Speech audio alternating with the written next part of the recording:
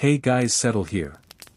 Tonight we aren't gonna begin medieval laws but also delightful ancient Greek mythology, gods and goddesses, the love story in ancient Greek, Roman culture, mythological monster of the Greek, the apple of discord, the great Trojan War. So before you get comfortable, hitting like and subscribing, but only if you truly enjoy these quiet, late-night explorations into history's stranger sides. And drop a comment telling me where you're watching from, along with the time on your end right now. It's always interesting to see how many viewers are watching from all over the world. And maybe turn on fan or AC for soft background. So begin with first story of the Greek mythology and literature. Greek mythology has had a profound effect on the development of Western civilization. The earliest visual representations of mythological characters and motifs occur in late Mycenaean and sub-Mycenaean art. Though identification is controversial, centaurs, a siren, and even Zeus's lover Europa have been recognized. Mythological and epic themes are also found in geometric art of the 8th century BCE, but not until the 7th century did such themes become popular in both ceramic and sculptured works. During the classical and subsequent periods, they became commonplace. The birth of Athena was the subject of the East pediment of the Parthenon in Athens, and the legend of Pelops and of the labors of Heracles were the subjects of the corresponding pediment and the metopes, the spaces between the triglyphs on a Doric frieze, of the Temple of Zeus at Olympia. The battles of gods with giants and of Lapiths, a mountain tribe in northern Greece, with centaurs were also favorite motifs. Pompeian frescoes reveal realistic representations of Theseus and Ariadne, Perseus, the fall of Icarus, and the death of Pyramus. The Renaissance masters and those that followed added a new dimension to Greek mythology. A few examples include Sandro Botticelli's Birth of Venus, c. 1485, Titian's Bacchus and Ariadne, 1520-23, and Elisabetta Serrani's Galatea, 1664.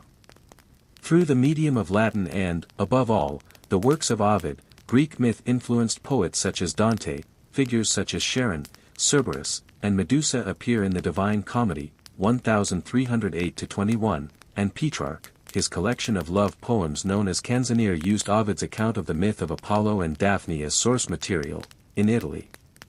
In England, Geoffrey Chaucer drew on Greek myth in The Knight's Tale, from the Canterbury Tales, 1387-1400, and Troilus and Chryside, composed in the 1380s, and John Milton referenced Chaos, the Titans, Typhon, and other figures in Paradise Lost, 1667. Nearly all the major English poets, from William Shakespeare, A Midsummer Night's Dream, 1595-96, refers to stories of Theseus and Hippolyta, for instance, to Robert Bridges, Prometheus the Firegiver, 1884, and Eros and Psyche, 1885, turn for inspiration to Greek mythology. Jean Racine in France and Johann Wolfgang von Goethe in Germany revived Greek drama, writing Phaedra, 1677, Phaedra, which is based on the play Hippolytus by the Greek playwright Euripides, and Iphigenia of Tauris, 1779, Iphigenia in Tauris, respectively.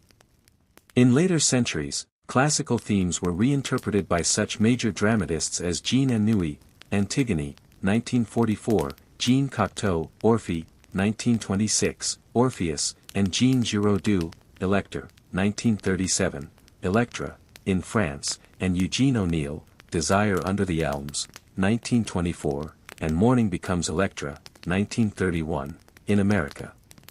T.S.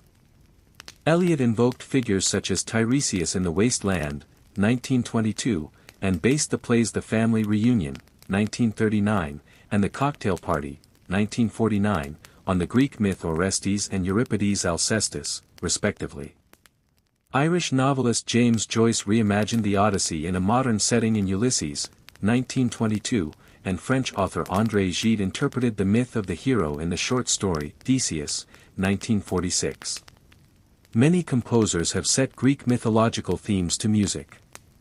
In Germany Christoph Gluck created such operas as Orfeo ed Eurydice, 1762, Orpheus and Eurydice, and Alceste, 1767, while Richard Strauss wrote the music for the operas Electra, 1909, and Daphne, 1936-37.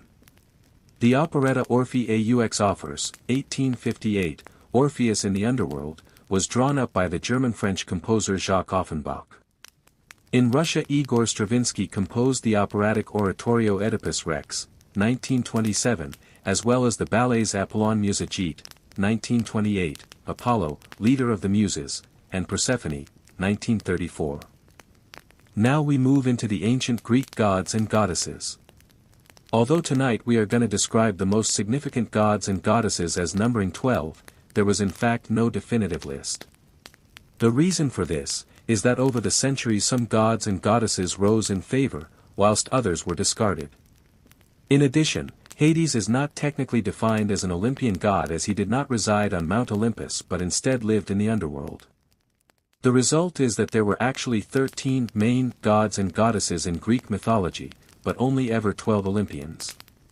The Olympian gods and goddesses of Greek mythology were the principal deities of ancient Greece, and each was thought to have a home on Mount Olympus. The gods and goddesses were a family, with the core being brothers and sisters, and the rest being their firstborn offspring. The Olympians acquired their authority after a war of the gods of Greece where Zeus is credited with leadership and the eventual victory. He had led his siblings to triumph over the last generation of the ruling clan of deities known as the Titans. Zeus gained his victory by overthrowing his own father, Cronus, who was the king of the Titans. He, therefore, became the chief deity in a new group of deities comprising primarily of his siblings and children. Zeus, the king of the gods. He was the overall ruler of Mount Olympus and the king of all the Olympian gods of Greece.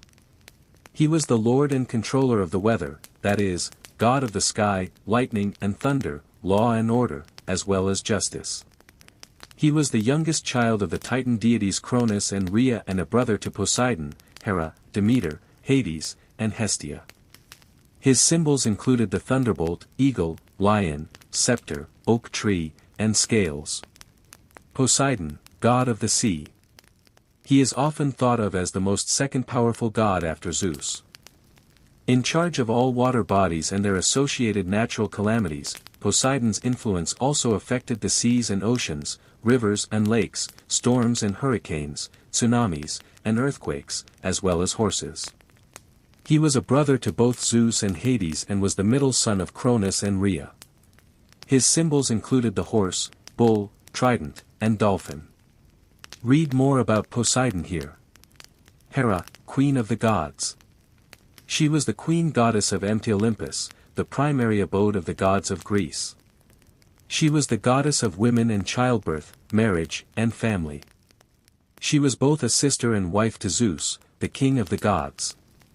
She was the youngest daughter of Cronus and Rhea. Her symbols included the peacock, cow, and cuckoo.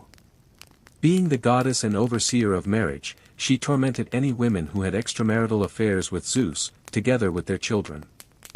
Athena, the goddess of wisdom.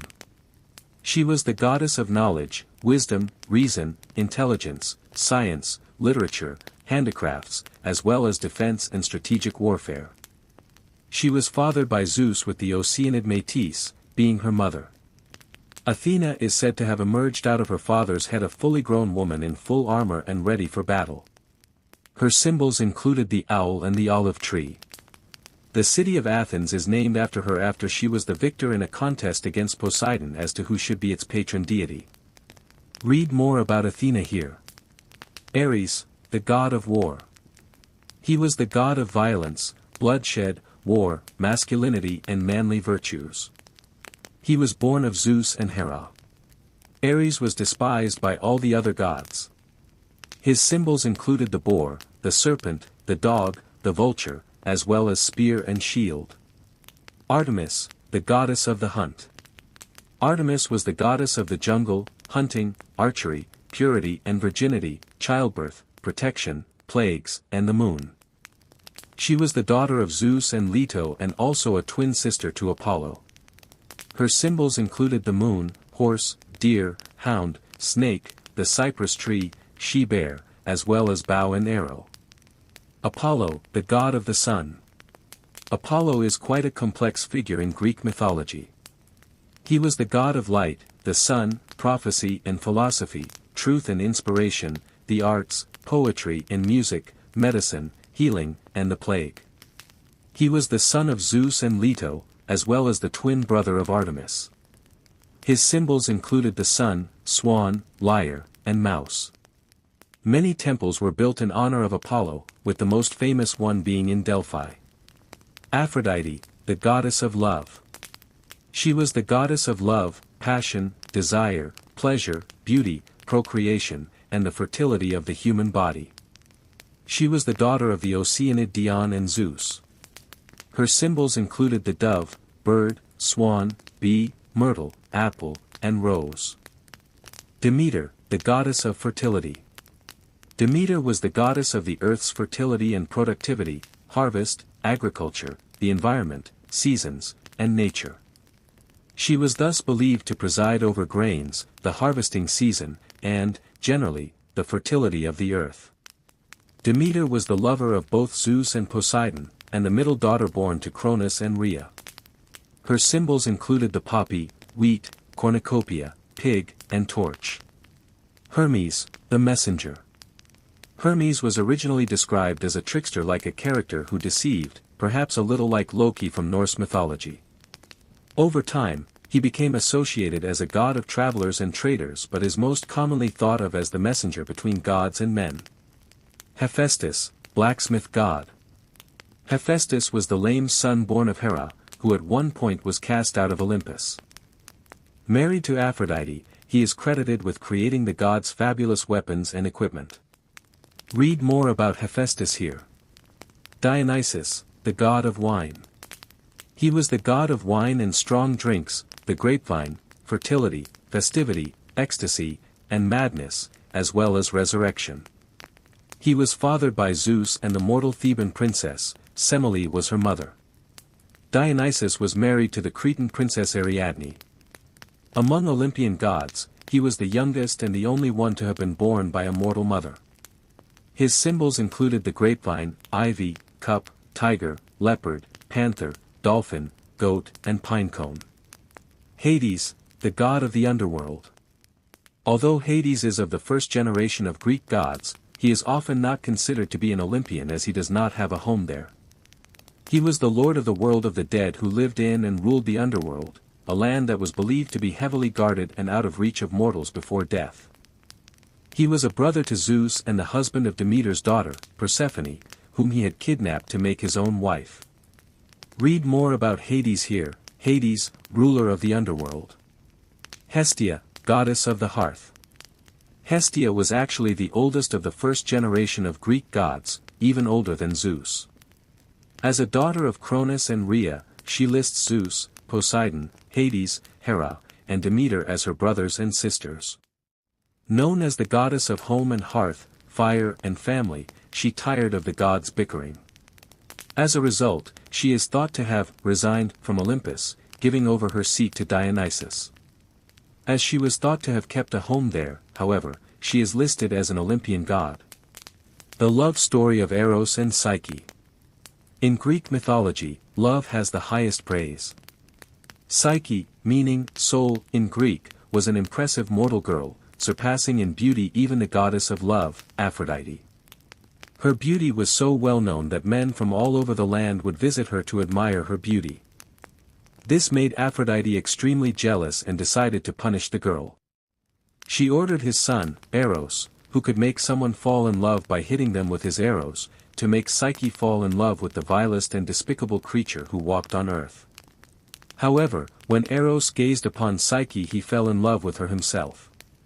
He could not carry out his mother's order and instead, he remained silent. The years went by and, despite her beauty, Psyche could not marry.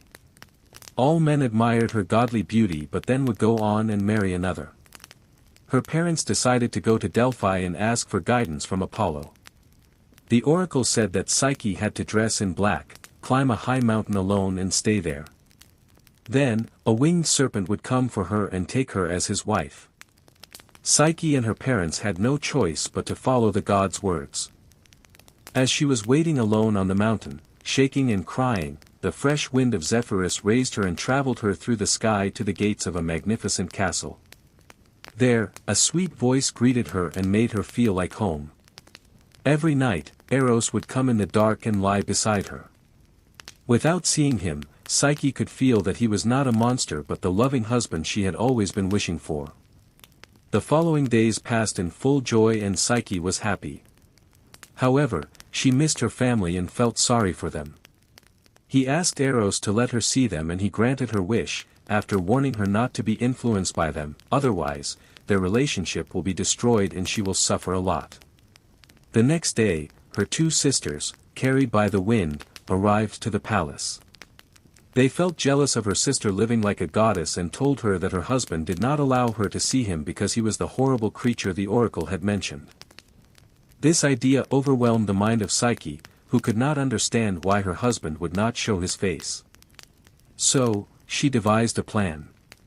She decided that when Eros falls asleep next to her, she will light a candle to see him. If he is a monster she will kill it with her knife, otherwise, she will happily fall back to sleep. And so she did. But, after seeing his face, a drop of hot oil fell from the candle and woke Eros up. He immediately left her, saying with a heartbroken voice, "Love cannot live without trust." Psyche was really sorry and sad, and she could not find Eros anywhere. Desperate, she appeared to his mother, goddess Aphrodite, and asked for her help. Aphrodite told her that in order to reunite with her loved one she would have to carry out 3 impossible tasks. With the help of nature and others, she managed to complete all the tasks and returned to Aphrodite. Despite her success, Aphrodite got angry with her and yelled the poor girl that she would never let her go. Witnessing all this, the other gods of Olympus sent Hermes to tell Eros everything that has happened. Eros was touched by Psyche's love and returned to her. From that day on, the couple lived happily together. As a wedding gift, Zeus allowed Psyche to taste the drink of the gods, ambrosia, making her immortal. Aphrodite was also happy because now that Psyche was immortal, the men would forget about her and worship once again the true goddess of beauty. The fateful love of Orpheus and Eurydice. In Greek mythology, Orpheus was the greatest lyre player in the world. He could charm rocks and rivers with his music. When Orpheus fell in love with Eurydice, he wooed her with his song. Their marriage was brief, however, as Eurydice was bitten by a viper and died shortly after. Devastated, Orpheus journeyed to the underworld to convince Hades and Persephone to return his bride to him. Orpheus managed to pass through Cerberus, the 3-headed dog who was the guardian of the gates, by making him fall asleep with his music. When he played his lyre, the king and queen of the underworld were moved by his song, and they agreed to let Eurydice live again on one condition: she would follow him while walking out to the light from the darkness of the underworld, but he should not turn to look at her before she was out to the light.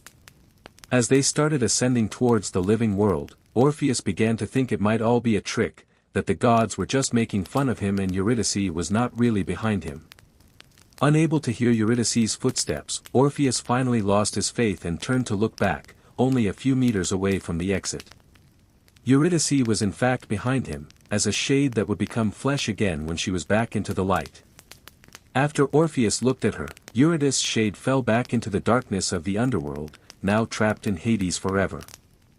From towering heights to closed spaces, taxes, and giant insects, the real world offers more than enough things to cause a fright.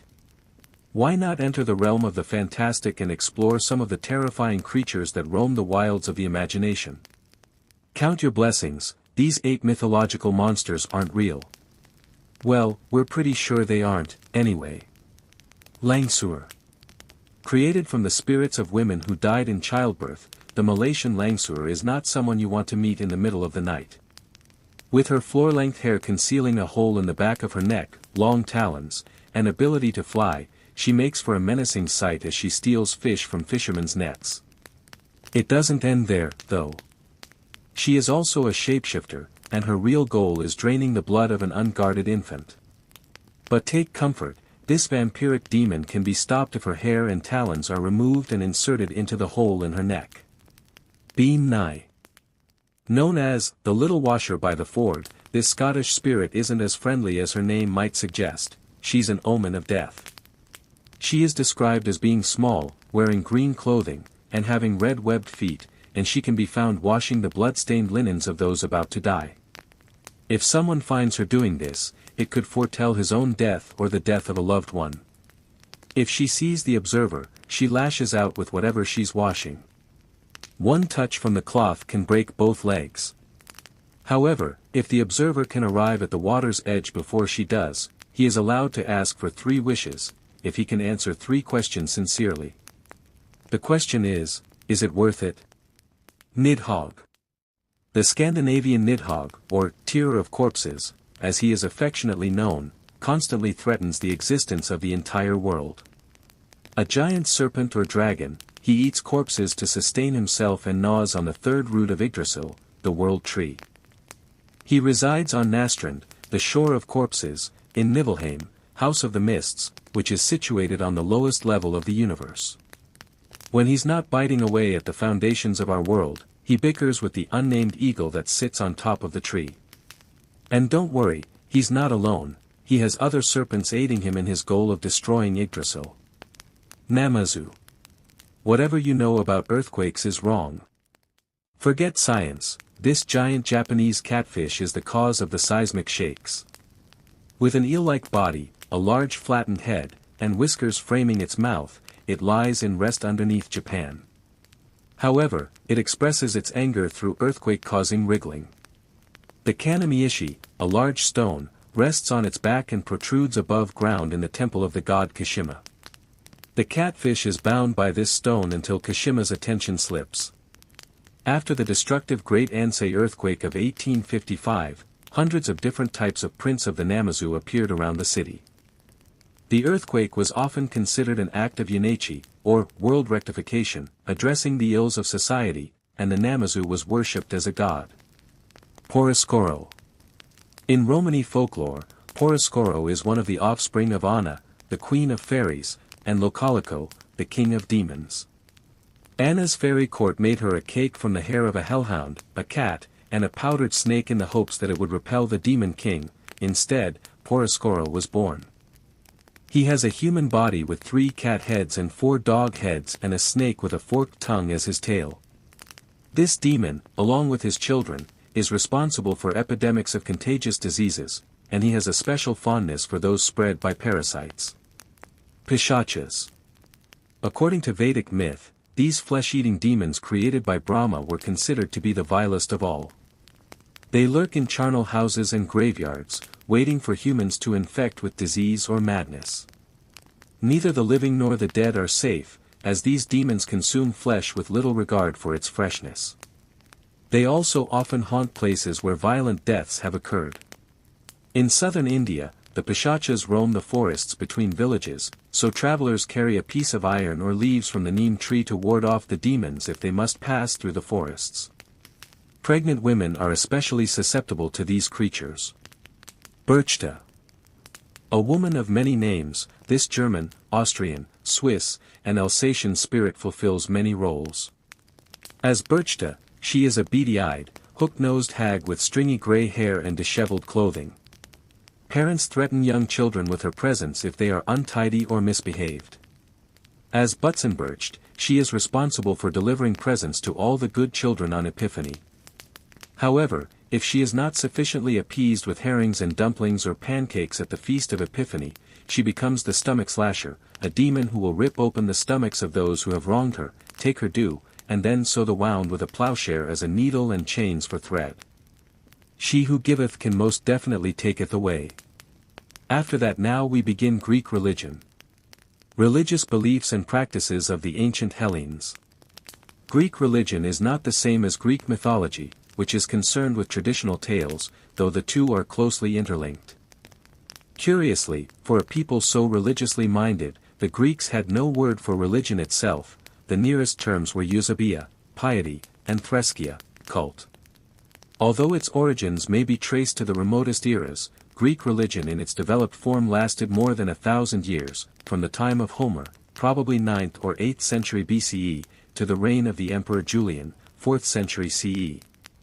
During that period its influence spread as far west as Spain, east to the Indus River, and throughout the Mediterranean world. Its effect was most marked on the Romans, who identified their deities with those of the Greeks. Under Christianity, Greek heroes and even deities survived as saints, while the rival Madonnas of southern European communities reflected the independence of local cults. The rediscovery of Greek literature during the Renaissance and, above all, the novel perfection of classical sculpture produced a revolution in taste that had far-reaching effects on Christian religious art. The most striking characteristic of Greek religion was the belief in a multiplicity of anthropomorphic deities under one supreme god. Priests simply looked after cults, they did not constitute a clergy, and there were no sacred books. The sole requirements for the Greeks were to believe that the gods existed and to perform ritual and sacrifice, through which the gods received their due. To deny the existence of a deity was to risk reprisals, from the deity or from other mortals. The list of avowed atheists is brief. But if a Greek went through the motions of piety, he risked little, since no attempt was made to enforce orthodoxy, a religious concept almost incomprehensible to the Greeks. The large corpus of myths concerned with gods, heroes, and rituals embodied the worldview of Greek religion and remains its legacy. See Greek mythology. It should be noted that the myths varied over time and that, within limits, a writer, e.g., a Greek tragedian, could alter a myth by changing not only the role played by the gods in it but also the evaluation of the gods' actions. From the later 6th century BCE onward, myths and gods were subject to rational criticism on ethical or other grounds.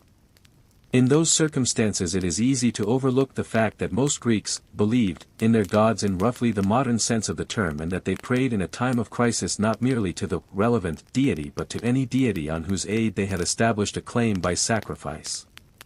To that end, each Greek polis had a series of public festivals throughout the year that were intended to ensure the aid of all the gods who were thus honored. They reminded the gods of services rendered and asked for a quid pro quo. Particularly during times of crises, the Greeks, like the Romans, were often willing to petition deities borrowed from other cultures. The roots of Greek religion. The study of a religion's history includes the study of the history of those who espoused it, together with their spiritual, ethical, political, and intellectual experiences.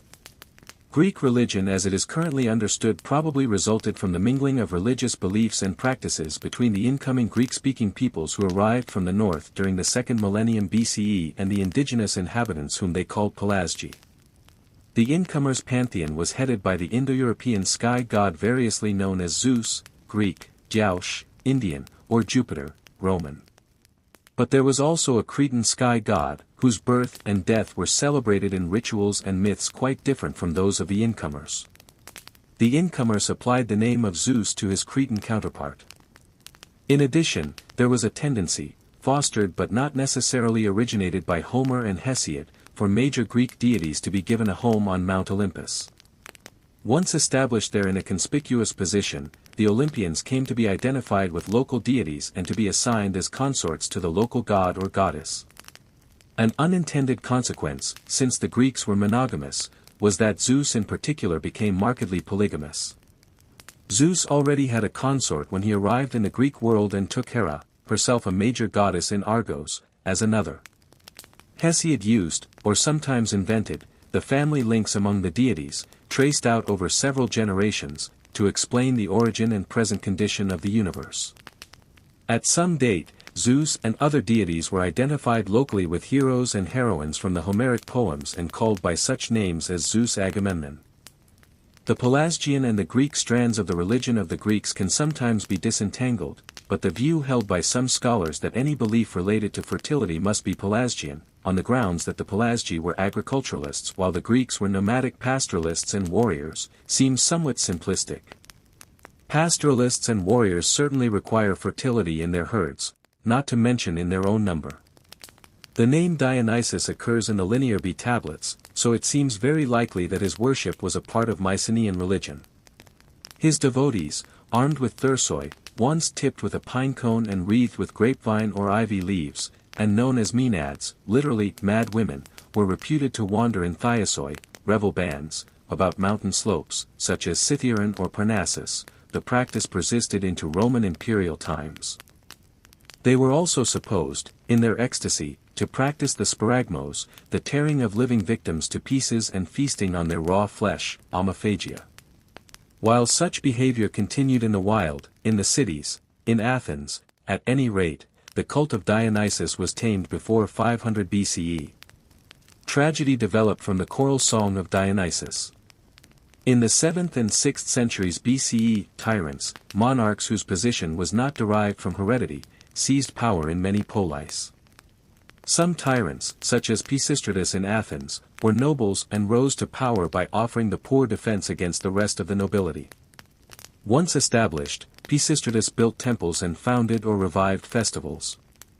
At that time too, the earliest references to the Eleusinian mysteries appear.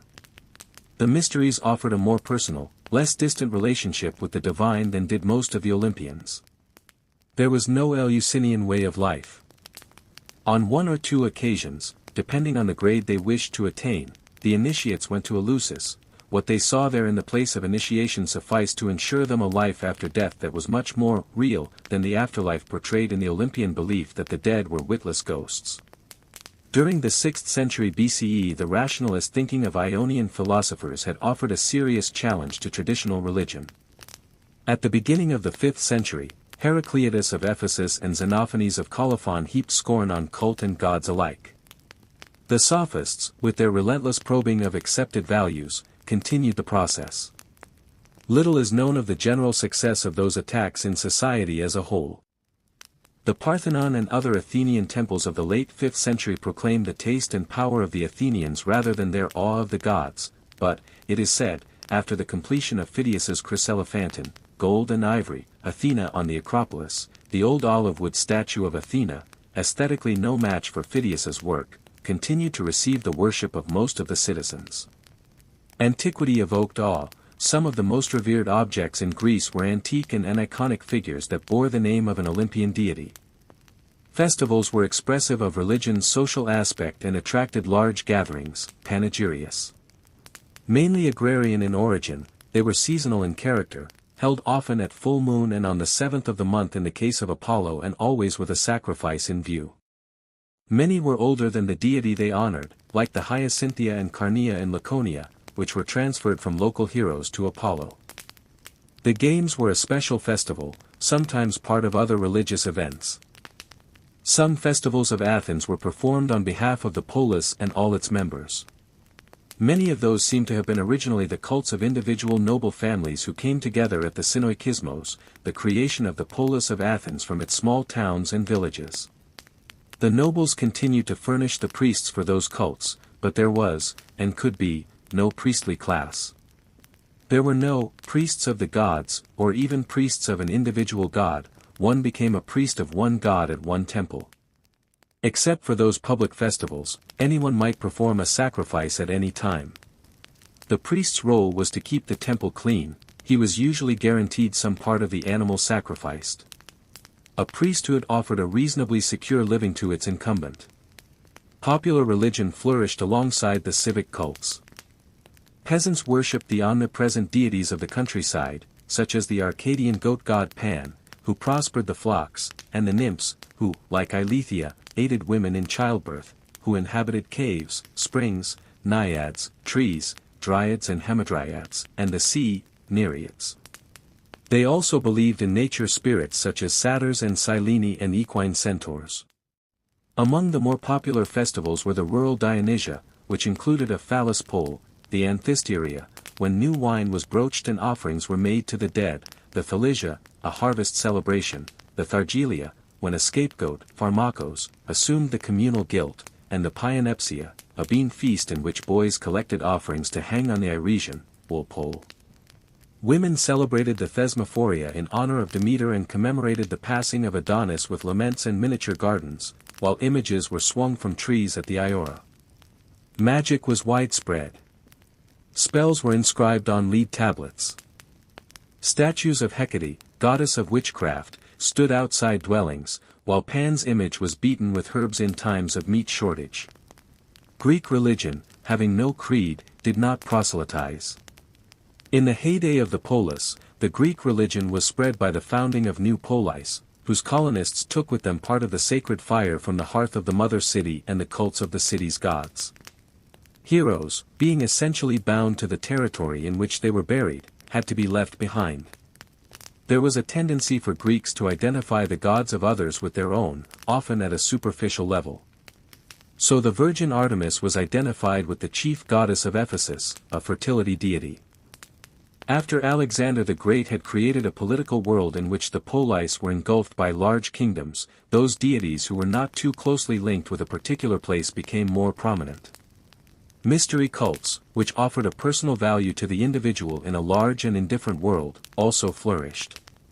The Kabari of Samothrace, deities that had come in from Asia, were patronized by both the Greeks and the Romans, while the Egyptian cults of Isis and Serapis, in a Hellenized form, spread widely. Rulers sometimes officially invited new gods to settle in times of crisis, in the hope that they would strive on their new worshippers' behalf against their mortal foes. That mode of religious thought flourished at least until the days of the Roman Emperor Constantine. Those novel cults that seemed likely to pose a threat to public order, on the other hand, were suppressed by the Romans. The Senate destroyed the Bakshik cult in Italy in 186 BCE, perhaps for the same reasons that the Emperor Trajan gave to the writer and statesman Pliny the Younger for his treatment of the Christians. Any cult in which men and women, bond and free, could participate and meet together, a most unusual circumstance in the ancient world, had dangerous political implications. The early Greeks personalized every aspect of their world, natural and cultural, and their experiences in it. The earth, the sea, the mountains, the rivers, custom law, themis, and one's share in society and its goods were all seen in personal as well as naturalistic terms. When Achilles fights with the river in the Iliad, the river speaks to Achilles but uses against him only such weapons as are appropriate to a stream of water. In Hesiod, what could be distinguished as anthropomorphic deities and personalizations of natural or cultural phenomena both beget and are begotten by each other. Hera is of the first type, goddess of marriage but not identified with marriage. Earth is evidently of the second type, as are, in a somewhat different sense, Eros and Aphrodite, god and goddess of sexual desire, and Ares, god of war. These latter are personalized and anthropomorphized, but their worshippers may be filled with them. Some deities have epithets that express a particular aspect of their activities. Zeus is known as Zeus Xenios in his role as guarantor of guests. It is possible that Xenios was originally an independent deity, absorbed by Zeus as a result of the Olympocentric tendencies of Greek religion encouraged by the poems of Homer and Hesiod. In Homer the gods constitute essentially a super-aristocracy.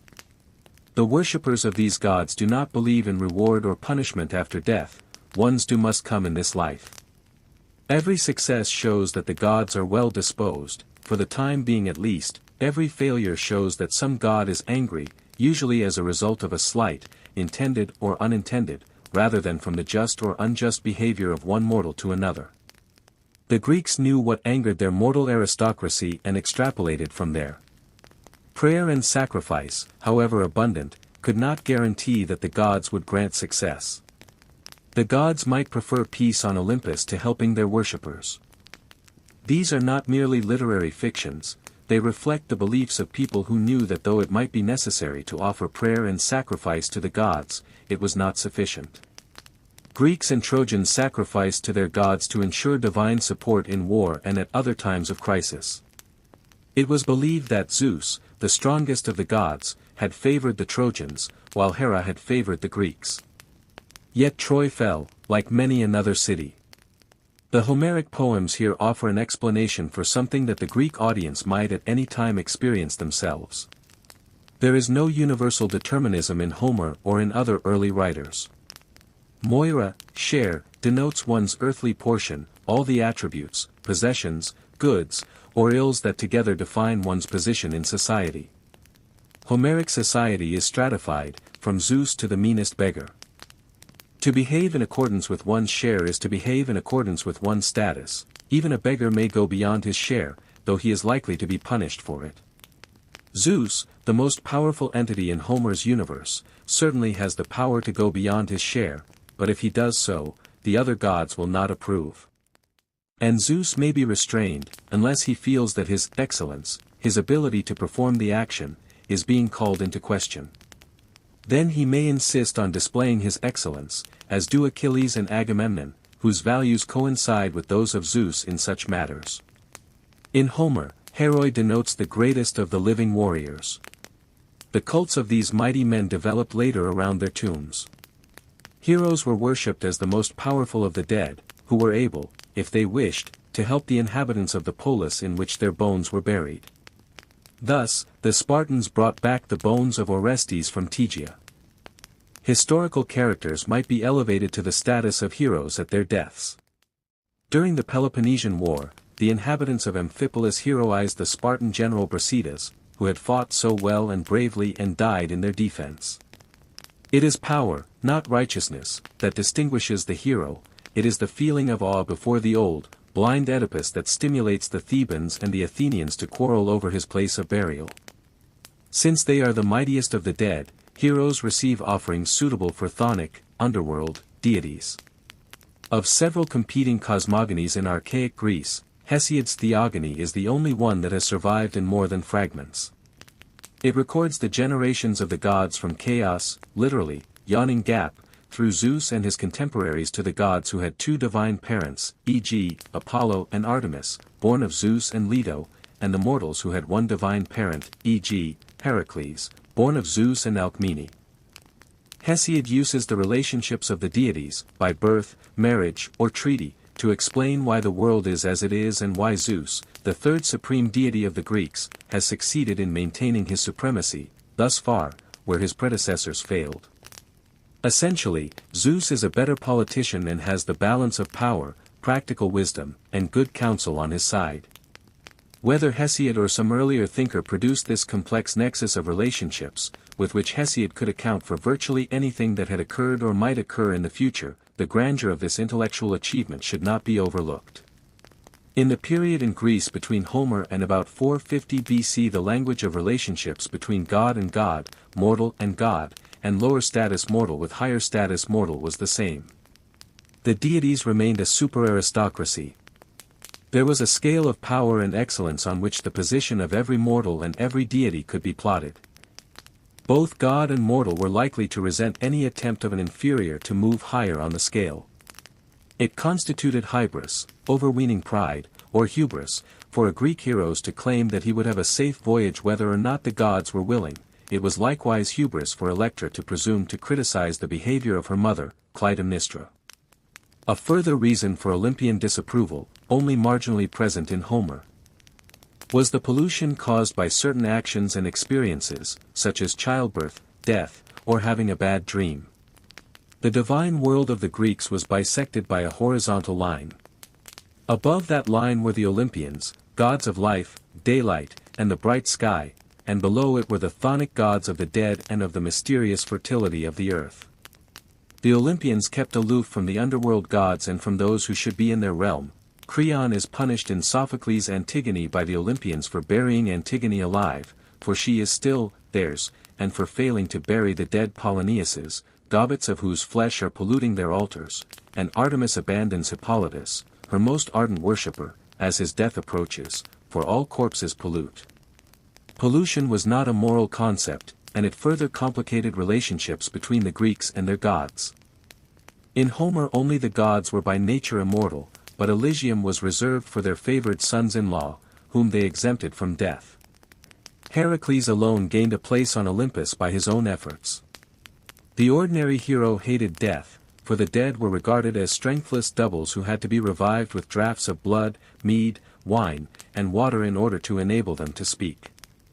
They were conducted, it was believed, to the realm of Hades by Hermes, but the way was barred, according to popular accounts, by the marshy river Styx. Across this, Charon ferried all who had received at least token burial, and coins were placed in the mouths of corpses to pay the fare. Originally, only great sinners like Ixion, Sisyphus, and Tityus, who had offended the gods personally, were punished in Tartarus.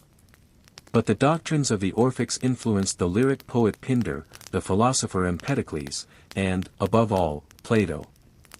According to the latter, the dead were judged in a meadow by Aeacus, Minos, and Rhadamanthus and were consigned either to Tartarus or to the Isles of the Blessed. Long periods of purgation were required before the wicked could regain their celestial state, while some were condemned forever. The dead were permitted to choose lots for their next incarnation. Subsequently they drank from the stream of Lethe, the river of oblivion, and forgot all of their previous experiences. See also Orpheus, Mystery Religion, History. Greek religion was not based on a written creed or body of dogma. Nevertheless, certain sacred writings survive in the form of hymns, oracles, inscriptions, and instructions to the dead. Most elaborate are the Homeric hymns, some of which may have been composed for religious festivals, though their subject matter is almost entirely mythological. Delphic inscriptions include hymns to Apollo but, like the Epidaurian hymn by Aeschylus to Asclepius, they are not concerned with liturgy. Delphic oracles are quoted from literary sources but appear, on the whole, to be retrospective concoctions, like the Hebraic Hellenistic collection of Sibylline prophecies. Questions scratched on folded lead tablets have been found at Dodona, and detailed instructions to the dead, inscribed on gold leaf and possibly of Orphic inspiration, have been found in Greek graves in southern Italy. Papyrus fragments of similar character have been recovered from graves in Macedonia and Thessaly. In the earliest times deities were worshipped in awesome places such as groves, caves, or mountaintops. Mycenaean deities shared the king's palace. Fundamental was the precinct, temenos, allotted to the deity, containing the altar, temple, if any, and other sacral or natural features, such as the sacred olive in the temenos of Pandrosos on the Athenian Acropolis. Neoi, temples, literally dwellings, that housed the god's image, were already known in Homeric times and, like models discovered at Parakra, were wooden and of simple design. Poros and marble replaced wood by the end of the 7th century BC, when temples became large and were constructed with rows of columns on all sides. The image, crude and wooden at first, was placed in the central chamber, cella, which was open at the eastern end. No ritual was associated with the image itself, though it was sometimes paraded. Hero shrines were far less elaborate and had pits for offerings. Miniature shrines also were known. Most oracular shrines included a subterranean chamber, but no trace of such has been found at Delphi, though the Pythia was always said to descend. At the Oracle of Trophonius, discovered in 1967 at Levadia, incubation, ritual sleep to induce a dream, was practiced in a hole. The most famous center of incubation was that of Asclepius at Epidaurus. His temple was furnished with a hall where the sick were advised by the demigod in dreams. Divination was also widely practiced in Greece. Augurs interpreted the flight of birds, while dreams and even sneezes were regarded as ominous. Seers also divined from the shape of altar smoke and the conformation of sacrificial animals' entrails. Even in the state cults, priesthoods were frequently ancestral prerogatives. Aetiobutids organized the cult of the hero king Erechteus at Athens, Praxearchids superintended the washing of Athena's robes at the Plynteria, and Clytiads and Iamids officiated at the altar of Zeus at Olympia. Although there was no official clergy, since the religious and secular spheres were not sharply divided, professional assistance was available at sacrifices. There was no necessary correspondence between the sex of deities and that of priests. Hera and Athena favored priestesses, but Isis and Cybele favored priests. Apollo inspired the Pythia, priestess, at Delphi but a priest at Tun. The mysteries at Eleusis were administered by the Eumolpids and Charax. The latter assembled the initiates, Mysti, while the former provided the Hierophant, who revealed the mysteries in the torchlit Anacteron, king's shrine, within the great telesterion, or entrance hall. The precise details of many festivals are obscure. Among the more elaborate was the Panathenaea, which was celebrated at high summer. Every 4th year it was celebrated on a more splendid scale, the Great Panathenaea. Its purpose, besides offering sacrifice, was to provide the ancient wooden image of Athena, housed in the old temple, with a new robe woven by the wives of Athenian citizens. The Great Panathenaea included a procession, a torch race, athletic contests, mock fights, and bardic recitations. The Great Dionysia was celebrated at Athens in spring.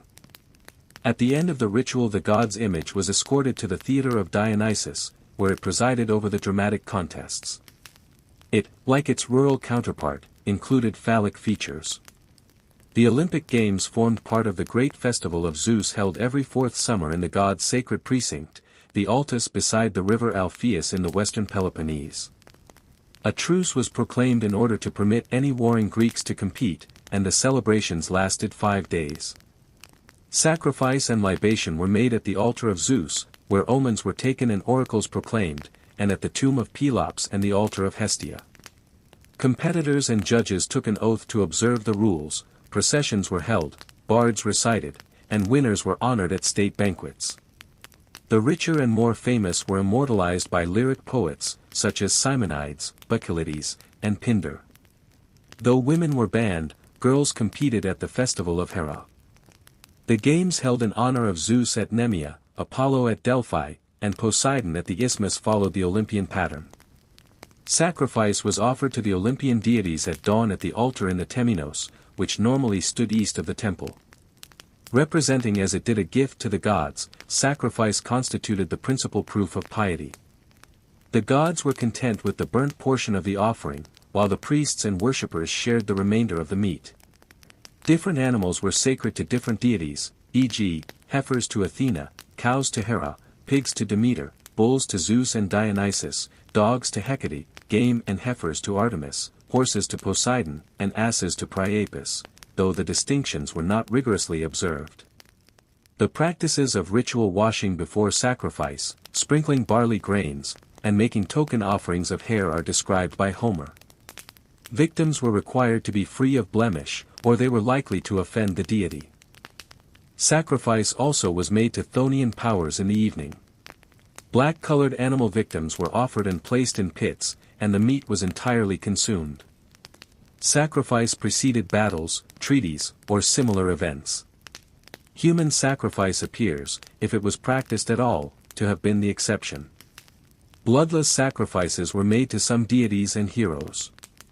Prayers normally began with compliments to the deity, followed by discreet references to the petitioner's piety, and ended with his special plea. In addressing a prayer to an Olympian, the suppliant stood with his arms raised and palms upward. Processions formed part of most gatherings, panegyrias, and festivals. The Panathenaic procession set out from the Pompeian, sacred storehouse, at dawn, headed by maiden basket-bearers, Knephoroi, who carried the sacred panoply. Elders bore bows, Philophoroi, while youths, Epheboi, conducted the victims for sacrifice, and cavalry brought up the rear. The robe was spread on the mast of a wheeled ship. The procession to Eleusis to restore the sacred objects, brought by the Epheboi to the Eleusinium sometime previously, followed the wooden image of Iacchus, a personification of the ritual cry, which was escorted by its own priest, the Iachagogos, and officials. The Misty wore myrtle crowns and carried sheaves of grain. Whatever the nature of the mysteries, those initiated returned in a mood of exaltation. Adepts, epoptai, were later admitted to more solemn rites, to see an ear of wheat, scoffers said. Art often portrays incidents relevant to the study of Greek religion, but frequently essential information is missing. On a well-known sarcophagus from Aeaeus Triados in Crete, for example, a priestess dressed in a skin skirt assists at a sacrifice, flanked by wreathed axes on which squat birds.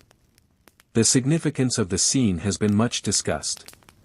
The birds have been regarded as epiphanies of deities, giving sacral meaning to the transformations in Homer. Again, since goddesses appear to preponderate in Minoan Mycenaean art, while male deities are represented on an inferior scale, this has been thought to reflect the general superiority of goddesses in many parts of Greece. In the earliest period, terracotta statuettes of deities were small and crude, while the old cult images were made of wood and commonly attributed to Daedalus. When artists turned to bronze and marble, they depicted the anthropomorphic deities as idealized human beings. The skill of Greek sculptors reached an almost unparalleled height in the new temples on the Acropolis of Athens, but while high attainment in the visual arts indicates the presence of a high level of aesthetic consciousness, it would be hazardous to conclude that it necessarily accompanied a profound religious experience. The human form idealized was still used for portraying the gods, but only a brief step was needed to produce an art in which the human form was idealized for its own sake.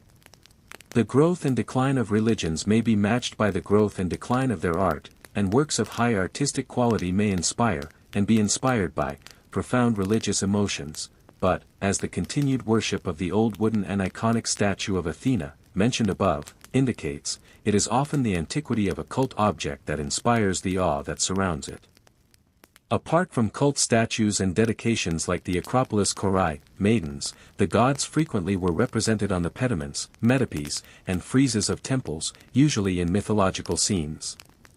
For the details of ritual, vase painting has proved a fruitful source of information. Dionysiac subjects are common, though usually imaginary, but cult scenes and fertility customs also appear. If Greek religion is understood to denote the beliefs about the Greek gods and their relationships with humanity as recorded in surviving writings from the Homeric poems onward, then Greek religion was always evolving. Cultic activity, however, was conservative, as it is in most cultures. Practices continue to be observed that were no longer understood by the worshippers. High claims have been made, and continue to be made, for the quality of Greek religion as a religion, with ethical deities and strong tendencies toward monotheism. Indeed, this is probably the orthodox view. Those who contest it hold that it is incautious to extrapolate from a few scattered passages in a Greek author to produce a systematic theology that can then be used to interpret the rest of the work under discussion. The debate shows no sign of coming to an end, but the heterodox are wont to observe that Xenophanes, Pindar, and Plato evidently read Greek literature in the same way as the heterodox proposed that it should be read. Plato's strictures in books 2 and 3 of the Republic and elsewhere on Greek religion as he knew it bear eloquent testimony to this. Roman religion, beliefs and practices of the inhabitants of the Italian peninsula from ancient times until the ascendancy of Christianity in the 4th century CE, during a period known as Classical Antiquity. The Romans, according to the orator and politician Cicero, excelled all other peoples in the unique wisdom that made them realize that everything is subordinate to the rule and direction of the gods.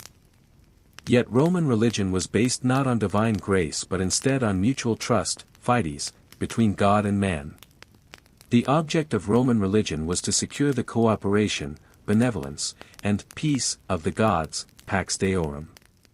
The Romans believed that this divine help would make it possible for them to master the unknown forces around them that inspired awe and anxiety, religio, and thus they would be able to live successfully. Consequently, there arose a body of rules, the jus divinum, divine law, ordaining what had to be done or avoided. These precepts for many centuries contained scarcely any moral element, they consisted of directions for the correct performance of ritual. Roman religion laid almost exclusive emphasis on cult acts, endowing them with all the sanctity of patriotic tradition. Roman ceremonial was so obsessively meticulous and conservative that, if the various partisan accretions that grew upon it throughout the years can be eliminated, remnants of very early thought can be detected near the surface. This demonstrates one of the many differences between Roman religion and Greek religion, in which such remnants tend to be deeply concealed. The Greeks, when they first began to document themselves, had already gone quite a long way toward sophisticated, abstract, and sometimes daring conceptions of divinity and its relation to man. But the orderly, legalistic, and relatively inarticulate Romans never quite gave up their old practices. Moreover, until the vivid pictorial imagination of the Greeks began to influence them, they lacked the Greek taste for seeing their deities in personalized human form and endowing them with mythology. In a sense, there is no Roman mythology, or scarcely any. Although discoveries in the 20th century, notably in the ancient region of Etruria, between the Tiber and Arno rivers, west and south of the Apennines, confirm that Italians were not entirely unmythological, their mythology is sparse. What is found at Rome is chiefly only a pseudo-mythology, which, in due course, clothed their own nationalistic or family legends in mythical dress borrowed from the Greeks. Nor did Roman religion have a creed, provided that a Roman performed the right religious actions, he was free to think what he liked about the gods. And, having no creed, he usually deprecated emotion as out of place in acts of worship. In spite, however, of the antique features not far from the surface, it is difficult to reconstruct the history and evolution of Roman religion. The principal literary sources, antiquarians such as the 1st century BCE Roman scholars Varro and Varius Flaccus, and the poets who were their contemporaries, under the late Republic and Augustus, wrote 700 and 800 years after the beginnings of Rome. They wrote at a time when the introduction of Greek methods and myths had made erroneous, and flattering, interpretations of the distant Roman past unavoidable. In order to supplement such conjectures or facts as they may provide, scholars rely on surviving copies of the religious calendar and on other inscriptions. There is also a rich, though frequently cryptic, treasure house of material in coins and medallions and in works of art. For the earliest times, there are the various finds and findings of archaeology. But they are not sufficient to enable scholars to reconstruct archaic Roman religion.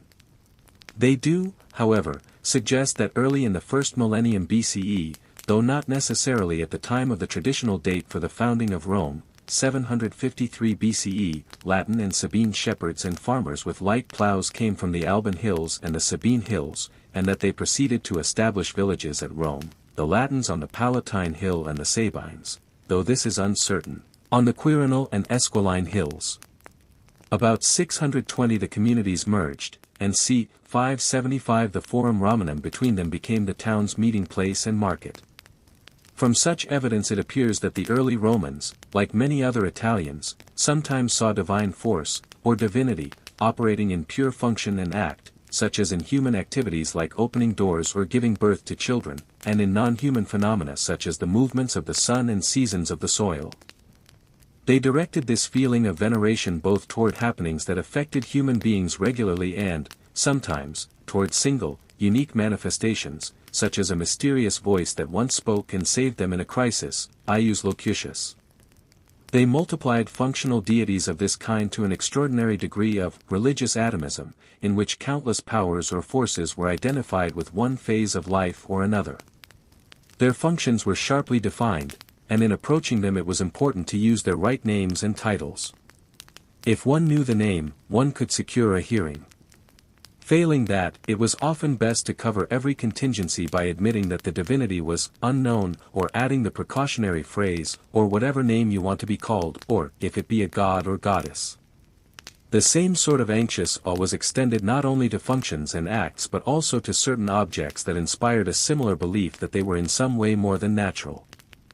This feeling was aroused, for example, by springs and woods, objects of gratitude in the torrid summer, or by stones that were often believed to be meteorites, i.e., had apparently reached the earth in an uncanny fashion.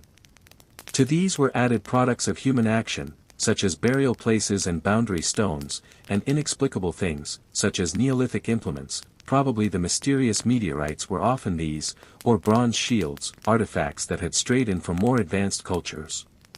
To describe the powers in these objects and functions that inspired the horror, or sacred thrill, the Romans eventually employed the word numen, suggestive of a god's nod, nudus, though so far there is no evidence that this usage was earlier than the 2nd century BCE. The application of the word spirit to numen is anachronistic in regard to early epochs because it presupposes a society capable of greater abstraction. Nor must the term mana, used by Melanesians to describe their own concept of superhuman forces, be introduced too readily. The two societies are not necessarily analogous and, besides, the deduction from such comparisons that the Romans experienced an impersonal, predeistic, primordial stage of religion that neatly preceded the personal stage cannot be regarded as correct. On the contrary, from the very earliest times, the supernatural forces that they envisaged included a number of deities in analogous human forms, among them were certain high gods. Foremost among these was a divinity of the sky, Jupiter, akin to the sky gods of other early Indo-European-speaking peoples, the Sanskrit Gyaush and Greek Zeus. Not yet, probably, a supreme being, though superior in some sense to other divine powers, this god of the heavens was easily linked with the forces of function and object, with lightning and weather, or with the uncanny stone that came from on high and was called Jupiter Lapis. These gods and sacred functions and objects seemed charged with power because they were mysterious and alarming. In order to secure their food supply, physical protection, and growth in numbers, the early Romans believed that such forces had to be propitiated and made allies. Sacrifice was necessary.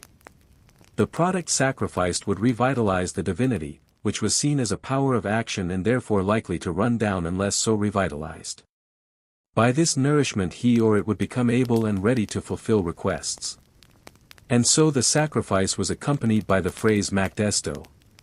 Be you increased. Prayer was a normal accompaniment of sacrifice, and as a conception of the divine powers gradually developed, it contained varying ingredients of flattery, cajolery, and attempted justification, but it also was compounded by magic, the attempt not to persuade nature, but to coerce it. Though the authorities, e.g., c. 451 to 450 BCE, Law of the 12 Tables, sought to limit its noxious aspects, magic continued to abound throughout the ancient world. Even official rites remained full of its survivals, notably the annual festival of the Lupercalia and the ritual dances of the Salii in honor of Mars. Romans in historical times regarded magic as an oriental intrusion, but Italian tribes, such as the Marsi and Peligni, were famous for such practices.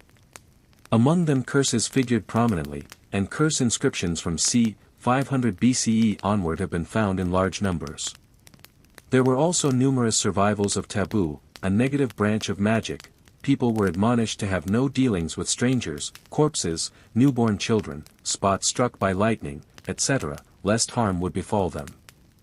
The apparent amalgamation of the Latin and Sabine villages of Rome coincided with, or more probably was soon followed by, a period in which Rome was under the control of at least one dynasty, the Tarquins, from Etruria, north of the Tiber, c. 575 to 510 BCE, though some scholars would extend this domination to c. 450. The Etruscans felt profound religious anxieties and were more devoted to ritual than any other people of the ancient Western world. Though sources are, again, late and unsatisfactory, it appears that they possessed a comprehensive collection of rules regulating these rites. Etruscan culture was heavily based on influences from Greece in its Orientalizing period, conveyed mainly through Greek centers, such as Cumae, in Campania, colonized by Euboeans, who were also prominent in Syrian markets. But the religion of Etruria proclaims a very un-Greek view of the abasement and nonentity of man before the gods and their will. To the Etruscans the whole fanatical effort of life was directed toward forcing their deities, led by Tinia or Tin, Jupiter, to yield up their secrets by divination. They saw an intimate link existing between heaven and earth, which seemed to echo one another within a unitary system, and they were more ambitious than either Greeks or Romans in their claims to foretell the future. They also formed an exceptionally complex, rich, and imaginative picture of the afterlife. The living were perpetually obsessed by their care for the dead, expressed in elaborate, magnificently equipped and decorated tombs and lavish sacrifices. For, in spite of beliefs in an underworld, or Hades, there was also a conviction that the individuality of the dead somehow continued in their mortal remains, and it was therefore imperative that they take pleasure in their graves or tombs and not return to haunt the living. From the 4th century BCE onward, after the Etruscans had lost their political power to Rome, their art depicts horrors indicating an increasing fear of what death might bring. The Roman religion continued to display certain obvious debts to the period when the city had been under Etruscan control. It is true that the Roman shades, de manes, were much less substantial than the fantastic Etruscan conceptions and, although Etruscan divination by the liver and entrail survived and later became increasingly fashionable in Rome, Roman diviners in general, products of a more realistic and prosaic society, never aspired to such precise information about the future as the Etruscans had hoped to gain. Yet, it was the Etruscans who first gave a vigorous definition to Italian religious forms. Indeed, many of the religious features that patriotic historians preferred to ascribe to the mythical king Numa Pompilius, who was supposed to have been Romulus Sabine's successor in the 8th century BCE, the man of peace following the man of war, date, in fact, from the period of Etruscan domination 2 centuries later. Nevertheless, Romans acknowledged a debt to Etruria that included much ceremony and ritual and the plan, appearance, and decoration of a number of temples, notably the great shrine of the Capitoline Triad, Jupiter, Juno, and Minerva. The Romans also were indebted to the Etruscans for their first statues of gods, including the cult image of Jupiter commissioned from an Etruscan for the Capitoline temple. Such statuary, showing the gods in human shape, encouraged the Romans to think of their gods in this way, with the consequent possibility of investing them with myths, which thereafter gradually accumulated around them in the form of Hellenic stories often infused with a native patriotic element. Above all, Rome owed to its Etruscan kings its religious calendar. In addition to poetical works discussing the calendar in antiquarian fashion, such as the Fasti of Ovid, there are extant fragments of about 40 copies of the calendar itself, in a revised shape established by Julius Caesar. Besides the Julian revision, there is an incomplete pre-Caesarian, republican calendar, the Fasti Antiates, discovered at Antium, Anzio. It dates from after 100 BCE. It is possible to detect in these calendars much that is very ancient, including a pre-Etruscan 10-month solar year. However, the basis of the calendars, in their surviving form, is later, since it consists of an attempt to reconcile the solar and lunar year, in accordance with Babylonian calculations. This endeavor belongs to the period of Etruscan domination of Rome. For example, the names of the months April and June, in their Roman form, come from Etruria. Moreover, the presence or absence of certain festivals permits a dating approximating to the time of Etruscan domination in the later 6th century BCE. Additional modifications were introduced in the following century and again when the calendar was subsequently published, 30 BCE. The festivals it records, of which the earliest are indicated in large letters, reflect a period of transition between country and town life. Though local cult continued to remain active, many forms of worship hitherto maintained by families and farms had now been taken over by the comparatively mature Roman state. The state management blocked any tendency towards spiritualization and removed the need for any vigorous individual participation. However, by ensuring that the gods were conciliated by a schedule corresponding to the regular process of nature, it made the individual citizens feel for centuries that relations with the supernatural were being maintained safely. Even if, as tradition records, a coup d'état dislodged the Etruscan kings before 500 BCE, in the first half of the 5th century there was no weakening of trade relations with Etruria. Its southern cities, such as Caira, Cerveteri, and Veii close to Rome, had long used the Greek city of Cumae as a commercial outlet, converting it into an important grain supplier. And now Rome, faced with a shortage of grain, arranged for it to be imported from Cumae. The same city also influenced the foundation of Roman temples in the Greek style. Rome, which had already become accustomed to Greek religious customs in the Etruscan epoch, now showed a willingness to absorb them. This forms a strange contrast to its deeply ingrained religious conservatism. Moreover, at some quite early stage, though there is no positive evidence of the practice until the 3rd century, Romans borrowed from elsewhere in Italy a special ritual, evocatio, for inviting the patron deities of captured towns to abandon their homes and migrate to Rome. In an emergency in 399 BCE, during a difficult siege of Veii, Rome carried Hellenization further by importing a Greek rite in which, as an appeal to emotional feeling, images of pairs of gods were exhibited on couches before tables spread with food and drink. This rite, lectisternium, was designed to make them Rome's welcome guests.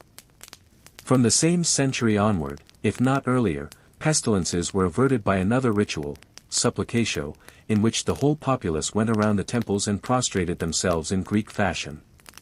Later the custom was extended to the celebration of victories. The lectisternium was repeated, with increased elaboration and pomp. In 217 BCE, during a period in which emotional religion was running rampant because of Hannibal's invasion of Italy in the Second Punic War. Faced with a flood of fears and anxieties and reports of many alarming and extraordinary events, Rome took precautions to secure the favor of all manner of gods. Among them, as a desperate attempt at novelty when appeals to the usual deities seemed stale, was the introduction of the Great Mother of Asia Minor, Cybele, 204 BCE. 18 years later, the equally orgiastic worship of Dionysus, Bacchus, was coming in so rapidly and violently, by way of southern Italy, that the Senate, scenting subversion, repressed its practitioners. But these and other mystery religions, promising initiation, afterlife, and an excitement that Roman national cults could not provide, had come to stay and, although there were long periods of official disapproval before acclimatization was completed, they gradually played an immense part upon the religious scene. Eastern astrology, too, became extremely popular. It was based on the conviction that, since there is cosmic sympathy between the earth and other heavenly bodies, and since, therefore, the emanations of these bodies influence the earth, men must learn how to foresee their dictates, and outwit them. Astrological practices received encouragement from Stoic philosophy, which was introduced to Rome in the 2nd and early 1st centuries BCE, notably by Panetius and Poseidonius. The Stoics saw this pseudoscience as proof of the Platonic unity of the universe. Stoicism affected Roman religious thinking in at least 3 other ways. First, it had a deterministic effect, encouraging a widespread belief in fate and also, somewhat illogically, in fortune, both of which were revered in other parts of the Mediterranean and Middle Eastern world. Second, Stoicism infused a new spirituality into religious thinking by its insistence that the human soul is part of the universal spirit and shares its divinity. Third, the moral implication of this, as the Stoics pointed out, was that all men are brothers and must treat each other accordingly. This demonstration struck a chord in the psychology of the Romans, who possessed strongly ethical inclinations and now, at last, saw this trend supported and justified by a philosophical sanction that their formalistic religion had not provided. In changing times of imperialism, materialism, and widespread heart-searching, the state religion had failed to fill the vacuum, and philosophy stepped in instead. At the same time, the negative approach of Roman religion to the afterlife was counteracted by an influx of speculations that blended theology, mysticism, and magic and claimed the mythical Orpheus and the part historical, part legendary Pythagoras as prophets. While their national poet Ennius helped to diffuse such beliefs, he and the comic dramatist Plautus ridiculed the traditional Roman gods on the stage. The upper-class attitude of the times was expressed by the historian Polybius, the priestly lawyer Scaevola, the scholarly Varro, and the orator and philosopher Cicero, who maintained that the importance of religion was political, residing in its power to keep the multitude under control, to prevent social chaos, and to promote patriotic feeling. After the prolonged horrors of civil war had ended, 30 BCE, the victorious Octavian, the adoptive son of the dictator Caesar and founder of the imperial regime or principate, decided, correctly, that the ancient religion was far from dead and that the restoration of all its forms would respond to a strong popular, instinctive belief that the disasters of the past generations had been due to the neglect of religious duties. Octavian himself took the name Augustus, a term indicating a claim to reverence. This did not make him a god in his lifetime, but, combined with the insertion of his numen and his genius, originally the procreative power that enables a family to be carried on, into certain cults, it prepared the way for his posthumous deification, just as Caesar had been deified before him. Both were deified by the state because they seemed to have given Rome gifts worthy of a god. From earliest times in Greece there had been an idea that, if someone saved you, you should pay him the honors you would offer to a god. Alexander the Great and his successors had demanded reverence as divine saviors, and Ptolemy II Philadelphus of Egypt introduced a cult of his own living person. The Stoic belief that the human soul was part of the world soul was a corollary of the view that great men possessed a larger share of this divine element. Moreover, the 3rd century BCE mythographer Euhemerus had elaborated a theory that the gods themselves had once been human. This idea was readily adapted to the supposed careers of Heracles, Hercules, and the Dioscuri, Castor and Polydeuces, Pollux, and the Romans applied it to their own gods Saturn and Quirinus, the latter identified with the national founder, Romulus, risen to heaven. And so it became customary, if emperors, and empresses, were approved of in their lives, to raise them to divinity after their deaths. They were called divi, not dei like the Olympian gods, the latter were prayed to, but the former were regarded with veneration and gratitude. As the empire proceeded and the old religion seemed more and more irrelevant to people's personal preoccupations and successive national emergencies, the cult of the Divi, subsequently grouped together in a single hall of fame, remained foremost among the patriotic cults that were increasingly encouraged as unifying forces. Concentrating on the protectors of the emperor and the nation, they included the worship of Rome herself and of the genius of the Roman people. For the army a number of special military celebrations are recorded on the calendar of Dura Europus in Mesopotamia, Ferial Duranum, c. 225–27 CE. As for the ruling emperors, they were more and more frequently treated as divine, with varying degrees of formality, and officially they often were compared with gods. As monotheistic tendencies grew, however, this custom led not so much to their identification with the gods as to the doctrine that they were the elect of the divine powers, who were defined as their companions, Kamites. In pursuance of this way of thinking, as official paganism approached its last days, the emperors Diocletian and Maximian took the names Jovius and Herculeus, respectively, after their companions and patrons Jupiter and Hercules. By now, however, the humanistic idea that men could become gods had ceased to have any plausibility. Plotinus and his Neoplatonism, the dominant philosophy of the pagan world from the mid-3rd century CE, had given powerful, mystical shape to the Platonic and Stoic conception that the universe is governed by a single force. On the other hand, the greatest religious figure of the century, the Iranian Mani, who had started to preach in Mesopotamia c. 240, dramatically preached the opposing dualistic idea that the world is the creation not only of a good power but of an evil one as well. Mani's church, which alarmed Diocletian and for a time attracted the great Christian theologian Saint Augustine, absorbed many of the innumerable cults of Gnostics who claimed special knowledge, gnosis, by illumination and revelation and taught how people can purge the non-spiritual from within themselves and escape their earthly prison. More impressively, the cult of the Persian Mitra blended the dualism of Mani with the emotional initiations of the mystery religions, corrected by a much sterner tone of moral endeavor, and became a strong link between the cult of the sun, which appealed to contemporary monotheists, and the fashionable revulsion from the senses that was shortly to lead to Christian monasticism. Like Christianity, Mithraism had its sacraments, but the life of Mitra exercised a less far-reaching appeal than the life of Christ, and Mitra's cult excluded women.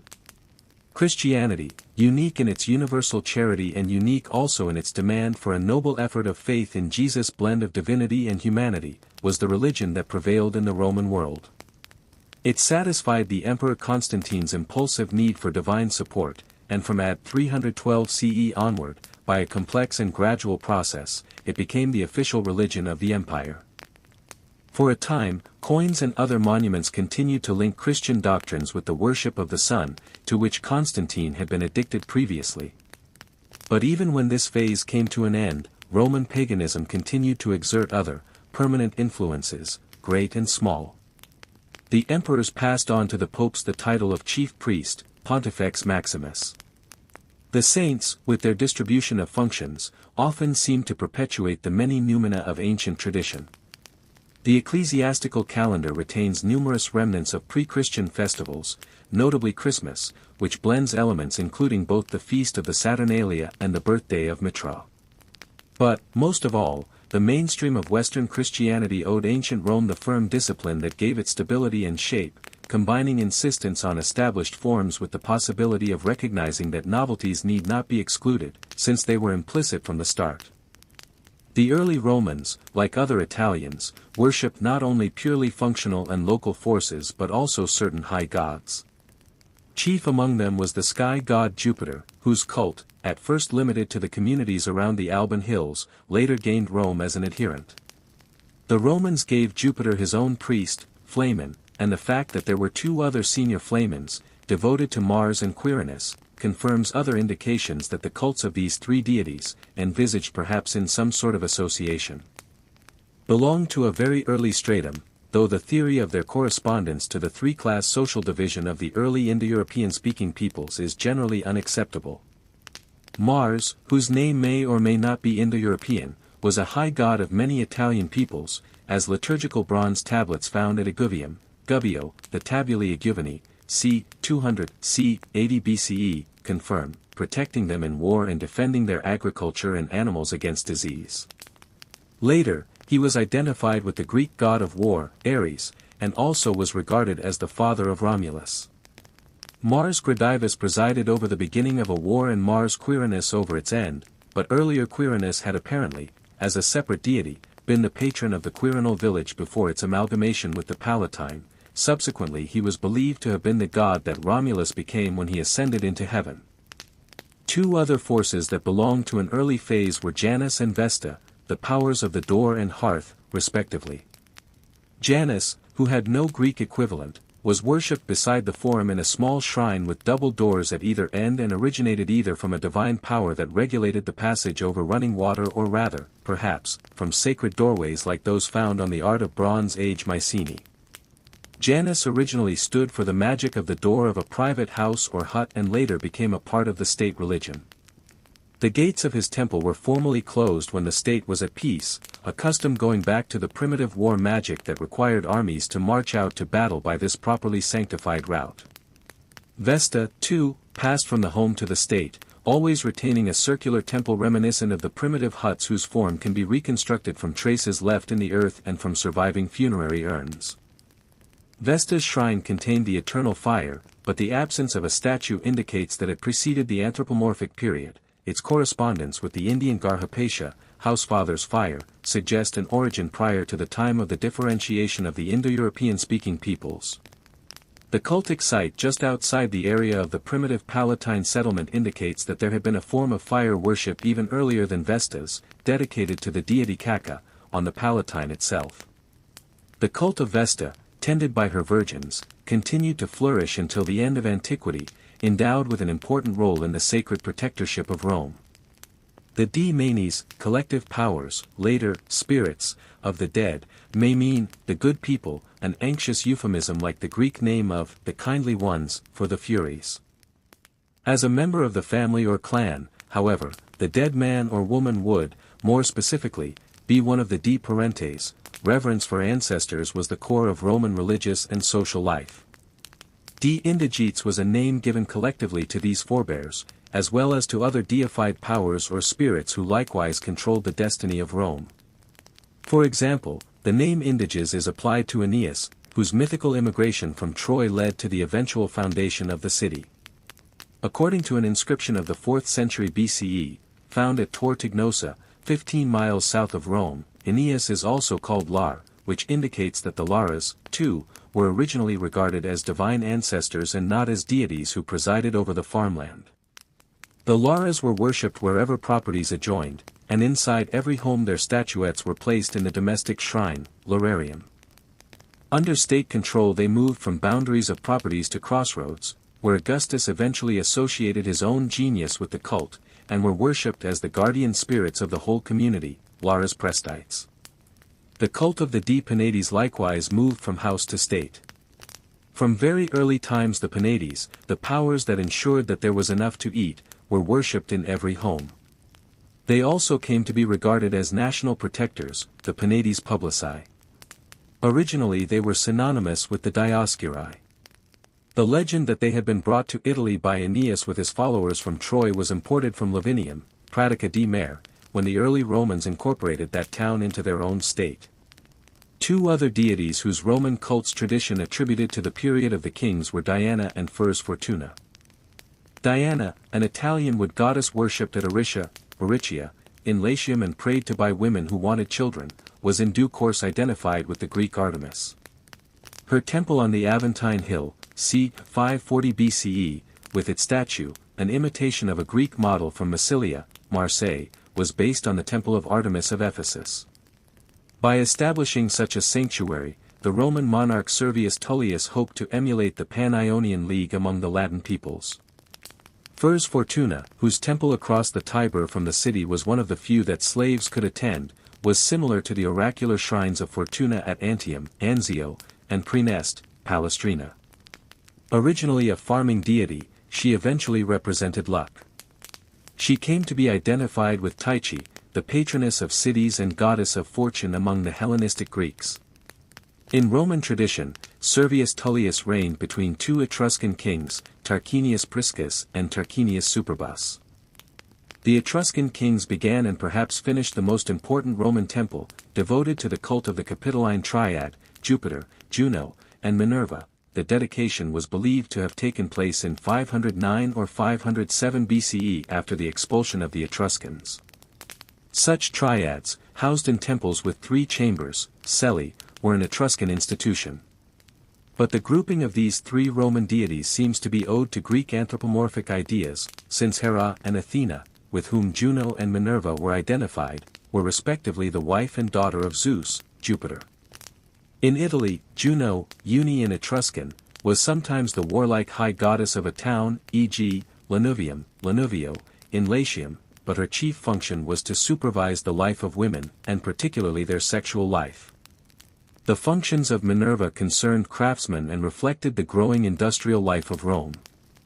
Two gods with Etruscan names, both worshipped at open altars before they had temples in Rome, were Vulcan and Saturn, the former a fire god identified with the Greek blacksmith's deity Hephaestus, and the latter an agricultural god identified with Cronus, the father of Zeus. Saturn was worshipped in Greek fashion, with head uncovered. The focal point of the cult of Hercules was the Great Altar, Era Maxima, in the cattle market, just inside the boundaries of the primitive Palatine settlement. The altar may be traced to a shrine of Melkart established by traders from Phoenicia in the 7th century BCE. The name of the god, however, was derived from the Greek Heracles, whose worship spread northward from southern Italy, brought by traders who venerated his journeys, his labors, and his power to avert evil. In a market frequented by strangers, a widely recognized divinity of this type was needed to keep the peace. The Greek cult, at first private, perhaps dates from the 5th century BCE. An important series of temples was founded early in the 5th century BCE.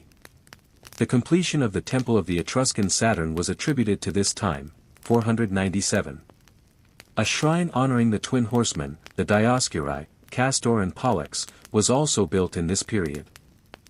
An inscription from Lavinium describing them by the Greek term kuroi indicates a Greek origin, from southern Italy, without Etruscan mediation.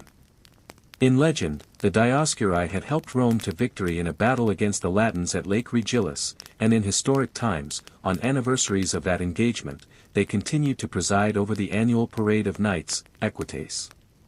From southern Italy, too, came the cult of Ceres, whose temple traditionally was vowed in 496 and dedicated in 493. Ceres was an old Italian deity who presided over the generative powers of nature and came to be identified with Demeter, the Greek goddess of grain. She owed her installation in Rome to the influence of the Greek colony of Cumae, from which the Romans imported grain during a threatened famine. The association of Ceres at this temple with two other deities, Liber, a fertility god identified with Dionysus, and Libera, his female counterpart, was based on the triad at Eleusis in Greece. The Roman temple, built in the Etruscan style but with Greek ornamentation, stood beside a Greek trading center on the Aventine Hill and became a rallying ground for the plebeians, the humbler section of the community who were hard hit by the grain shortage at this time and who were pressing for their rights against the patricians. Cumae also played a part in the introduction of Apollo. The Sibylline oracles housed in Apollo's shrine at Cumae allegedly were brought to Rome by the last Etruscan kings. The importation of the cult, 431 BCE, was prescribed by the Sibylline books at a time when Rome, as on earlier occasions, had requested Cumae for help with grain. The Cumaean Apollo, however, was primarily prophetic, whereas the Roman cult, introduced at a time of epidemic, was concerned principally with his gifts as a healer. This role may possibly have been derived from the Etruscans, whose Apollo is known from a superb statue of c. 500 BCE from Veii, Etruria's nearest city to Rome. In 82 BCE the Sibylline books were destroyed and replaced by a collection assembled from various sources. Later, Augustus elevated Apollo as the patron of himself and his regime, intending thereby to convert the brilliant Hellenic god of peace and civilization to the glory of Rome. Unlike Apollo, Aphrodite did not keep her name when she became identified with an Italian deity. Instead, she took on the name Venus, derived, without complete certainty, from the idea of Venus. Blooming nature, the derivation from venia, grace, seems less likely. She gained greatly in significance because of the legend that she was the mother of Aeneas, the ancestor of Rome, whom statuettes of the 5th century BCE from Veii show escaping from Troy with his father and son. From the time of the Punic Wars 200 years later the Trojan legend grew, for long before the 1st century BCE dictators Sulla and Caesar claimed Venus as their ancestor, the story was interpreted as the preface to the Carthaginian struggle. A number of gods were spoken of as possessing accompaniments, often in the feminine gender, e.g., Lua Saturni and Moles Martis.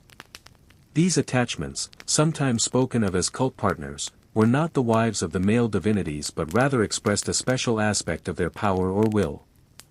A similar origin could be ascribed to the worship of divine powers representing qualities.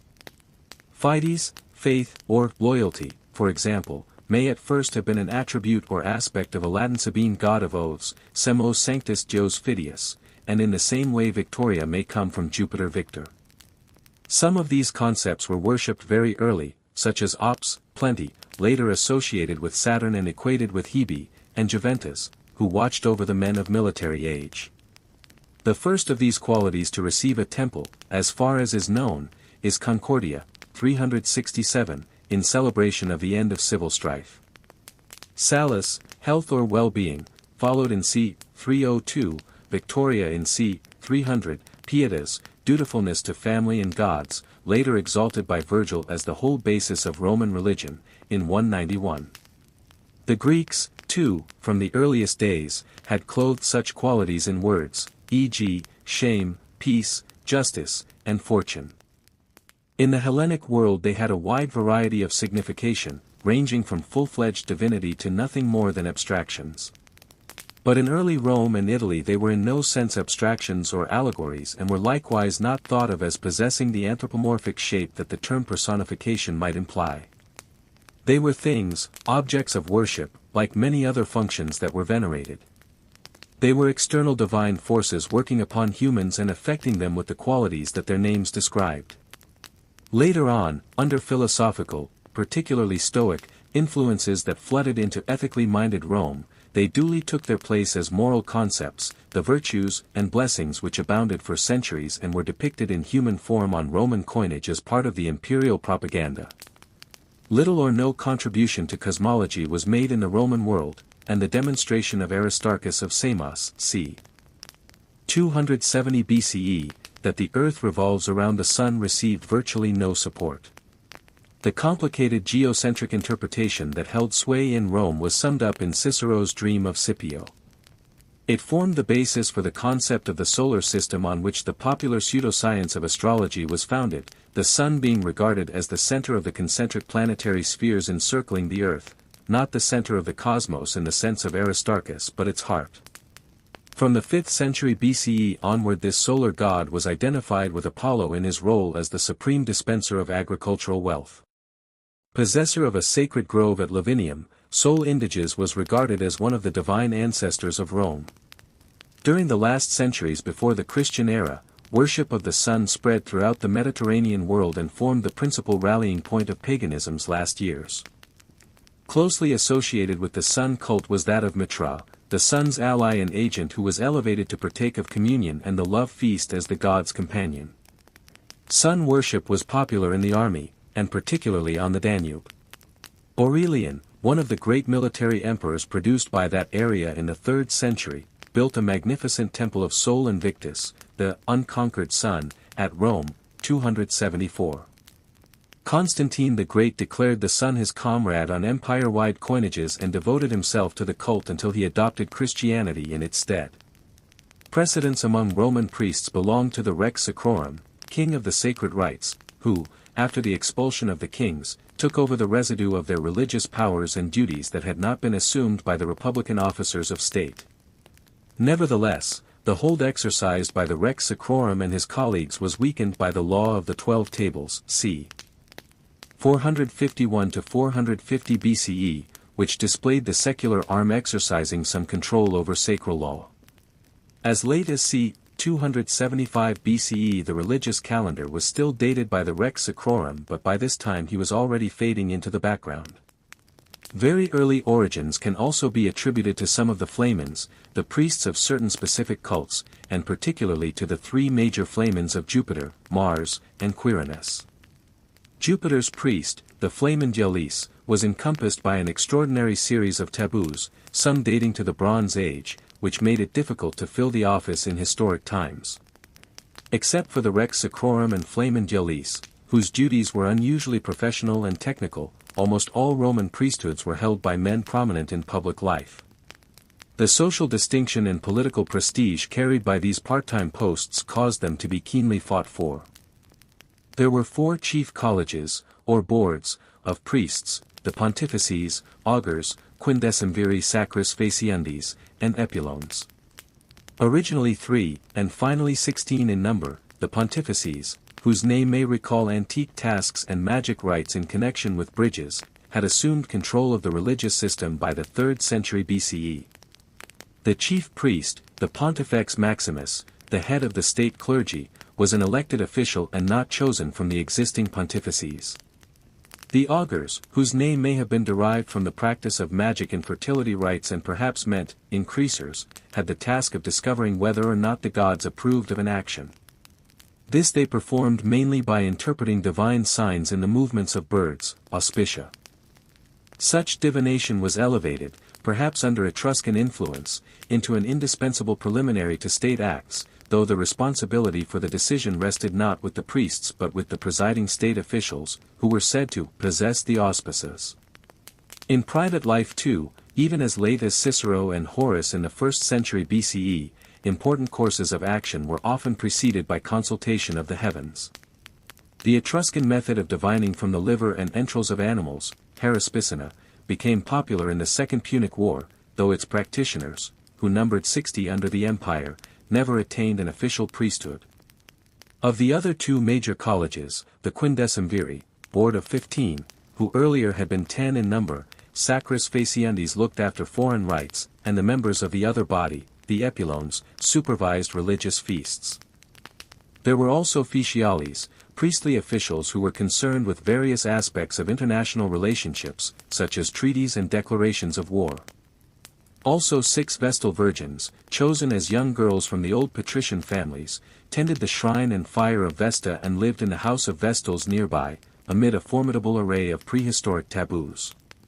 The Roman calendar, as introduced or modified in the period of the Etruscan kings, contained 58 regular festivals. These included 45 Feriae Publici, celebrated on the same fixed day every year, as well as the Ides of each month, which were sacred to Jupiter, and the Calends of March, which belonged to Mars. Famous examples of Feriae Publici were the Lupercalia, February 15th, and Saturnalia, December 17th, later extended. There were also the Feriae Conceptivi, the dates of which were fixed each year by the proper authority, and which included the Feriae Latini, Latin festival, celebrated in the Alban Hills, usually at the end of April. Templum is a term derived from Etruscan divination. First of all, it meant an area of the sky defined by the priest for his collection and interpretation of the omens.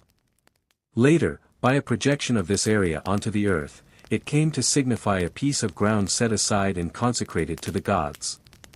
At first such areas did not contain sacred buildings, but there often were altars on such sites, and later shrines.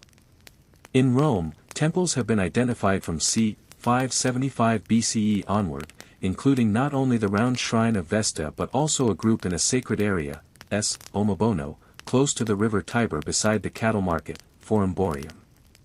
The great Etruscan temples, made of wood with terracotta ornaments, were constructed later and culminated in the temple of the Capitoline Triad. Subsequently, more solid materials, such as tufa, travertine, marble, cement, and brick, gradually came into use. Temple archives, now vanished, play a large part in the historical tradition, and the anniversaries of the vows to build the temples and their dedication were scrupulously remembered and celebrated on numerous coins. The characteristic offering of the Romans was a sacrifice accompanied by a prayer or vow. The triumph, associated with Jupiter, was regarded as a thanksgiving in discharge of a vow. Animal sacrifices were regarded as more effective than anything else, the pig being the commonest victim, with sheep and ox added on important occasions. Considered best of all were the basic elements of life, heart, liver, and kidneys. Human sacrifice, on the whole, was extraneous to Roman custom, though its practice among the Etruscans may have contributed to the institution of gladiatorial funeral games in both Etruria and Rome, and it was resorted to in major crises, notably during the Second Punic War, 216 BCE. Earlier in the century, and perhaps once before, a member of the family of the Decii had given up his life by self-sacrifice, devotio, in a critical battle. Although ancestors were meticulously revered, there was nothing resembling the comprehensive Etruscan attention to the dead. In spite of elaborate philosophizing by Cicero and Virgil about the possibility of some sort of survival of the soul, especially for the deserving, most Romans' ideas of the afterlife, unless they believed in the promises of the mystery religions, were vague. Such ideas often amounted to a cautious hope or fear that the spirit in some sense lived on, and this was sometimes combined with an anxiety that the ghosts of the dead, especially the young dead who bore the living a grudge, might return and cause harm. Graves and tombs were inviolable, protected by supernatural powers and by taboos. In the earliest days of Rome both cremation and inhumation were practiced simultaneously, but by the 2nd century BCE the former had prevailed. Some 300 years later, however, there was a massive reversion to inhumation, probably because of an inarticulate revival of the feeling that the future welfare of the soul depended on comfortable repose of the body, a feeling that, as sarcophagi show, was fully shared by the adherents of the mystery cults, though, on the rational level, it contradicted their assurance of an afterlife in some spiritual sphere. The designs on these tombs reflect the soul's survival as a personal entity that has won its right to paradise. A vast gallery of architecture, sculpture, numismatics, painting, and mosaics illustrates Roman religion and helps to fill the gaps left by the fragmentary, though extensive, literary and epigraphic record. Starting with primitive statuettes and terracotta temple decorations, this array eventually included masterpieces such as the Apollo of Vi. Other works of art, more than 400 years later, include paintings illustrating Dionysiac mysteries at Boscorio near Pompeii, and the reliefs of Augustus-era Paces at Rome, and with the Christian emblems of Constantinian sarcophagi and coinage. 1,000 years of ancient Roman religious art comes to an end. Here is the interesting story starts the apple of discord. Many years ago, in the ancient times, when the mighty Greek gods inhabited Mount Olympus, Zeus decided to marry the king of Phthia, Peleus, with a sea fairy, Thetis, the daughter of Nereus. The wedding took place in Pelion and all the gods and goddesses were invited. Only Eris, the goddess of quarrel, was not invited, for obvious reasons. Wherever she went she was spewing hatred and brawls. After realizing that she was not invited to the wedding, she became furious. She picked a golden apple from the garden of the Hesperides and went to the banquet invisible. She arrived right on time for the feast and went straight to the table where the Olympians were sitting. She tossed the golden apple in the middle of the table, with the inscription, "To the fairest one." Immediately, 3 goddesses sought to claim the apple, the goddess of marriage and family, Hera, the goddess of wisdom and justice, Athena, and the goddess of beauty and love, Aphrodite. They began to argue about who was the fairest and most worthy to own the apple. Zeus was asked to choose, but he knew better. He did not want to upset any of the 3 goddesses. Instead, he came up with an idea. He told them that a mortal man who has recently shown his exemplary fairness in a contest was the most suited to judge their case. That man was Paris, son of King Priam and the Prince of Troy, who was unknown of his true identity at the time and was living as a shepherd on the mountain of Ide, near Troy. The myth known as the Judgment of Paris followed. The messenger god, Hermes, guided the 3 contenders to Ide and appeared before the stunned Paris. After informing him of Zeus' will, Paris looked at the 3 goddesses but could not decide. Failing to gain his vote, the 3 goddesses stripped nude to convince the mortal prince of their beauty. While Paris was inspecting them, each one of them offered him a gift, trying to bribe him with their powers. First, Hera promised him to make him king of Europe and Asia. Then, Athena offered him wisdom and skill in war. Finally, Aphrodite promised him the most beautiful woman on earth, hard choice, we know. Paris, after serious contemplation, gave the golden apple to Aphrodite, accepting her gift. Hera and Athena left the scene in anger, while Aphrodite revealed to Paris that Helen, the wife of Menelaus, king of Sparta, was the most beautiful woman in the world. After claiming his rightful position as Prince of Troy, Paris set sail for Sparta and arrived at the palace of Menelaus with rich gifts. With the help of Aphrodite, Paris persuaded Helen to follow him to Troy. Persuaded might not be the right word, abducted might be more appropriate, depending on the version of the myth you like the most. This act resulted in the most epic war of all time, the Trojan War, that lasted 10 years. Someone would blame Eris, the goddess of quarrel, for all the tragic events that followed and the countless souls that ended up to the underworld. But according to Euripides and the mentality of his contemporaries, everything is random and only your own actions are responsible for the outcome of your life. Contemplating a bit more the tricks of the three sisters of fate, one could point out that Zeus' act of not inviting Eris in the wedding out of fear that she might start a quarrel is what actually killed the buzz and started an epic war. Looking more into choices, Eris left the apple on the table and Zeus was the one to implicate Paris on the quarrel. But in the end, it was Paris' choice to take up on the offer or not. And he did. Was it vanity? Maybe the fact that three great goddesses were hanging by his word was fueling his ego. Or maybe it was vanity from their end, a reflection of human nature to be the best or the most capable, the need for self-affirmation. Whatever the reason, Paris chose Aphrodite. Paris knew that Helen had free will and whatever the goddess promised to him, he had to act to make it happen. It was his choice to pursue the love of Helen and not Aphrodite's. Why did Paris choose to do it? Was it because of his own need for self-affirmation or perhaps something even greater? The pursuit of happiness, the longing of his one true love, a happy ending in a nonetheless cruel life with wars, hunger, backstabbing and games of power. Maybe what Paris really wanted was a companion to grow old with. Nonetheless, the ancient world was very much dependent upon honor and what Paris did was not at all honorable. So the war happened and great heroes rose and fell. In myths and fairy tales, from Paris and Helen to Adam and Eve and the evil queen of Snow White, the apple accompanies many stories of humankind. In these stories, it represents either virtues or defects, luck or misfortune, and opportunities for evolution or destruction. Its spherical shape and its central point call for an interpretation similar to the center of the earth, that is, the concentration of all forces into a single point. So, if in our subconscious the apple is so powerful, then, is it accidental that the stories were defined by the apple's will? How does the apple trap someone? Let us examine the stories.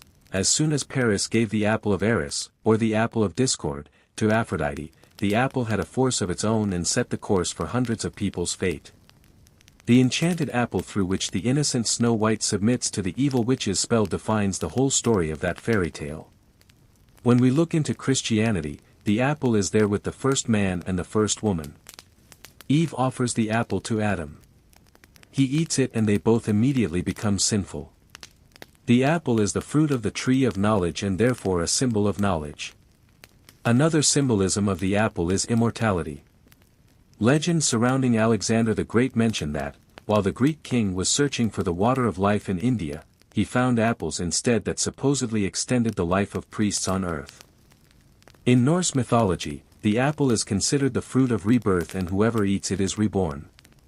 The Viking gods eat it and remain young until Ragnarok, that is, until the end of the current cycle of the world. In some British short stories, it is said that if one eats an apple they become the prologue of a prophecy. In short, the symbolism of the apple places humans in the center of their endless possibilities of choices. Finally, the last story of ancient Greek is Trojan War. The Trojan War was a war between the Greeks, the Achaeans, and the city of Troy. This all happened after Paris of Troy took Helen from her husband, the king of Sparta Menelaus. The Trojan War is one of the most important events to have occurred in Greek mythology and has been told in many works of Greek literature, the most notable being Homer's Iliad.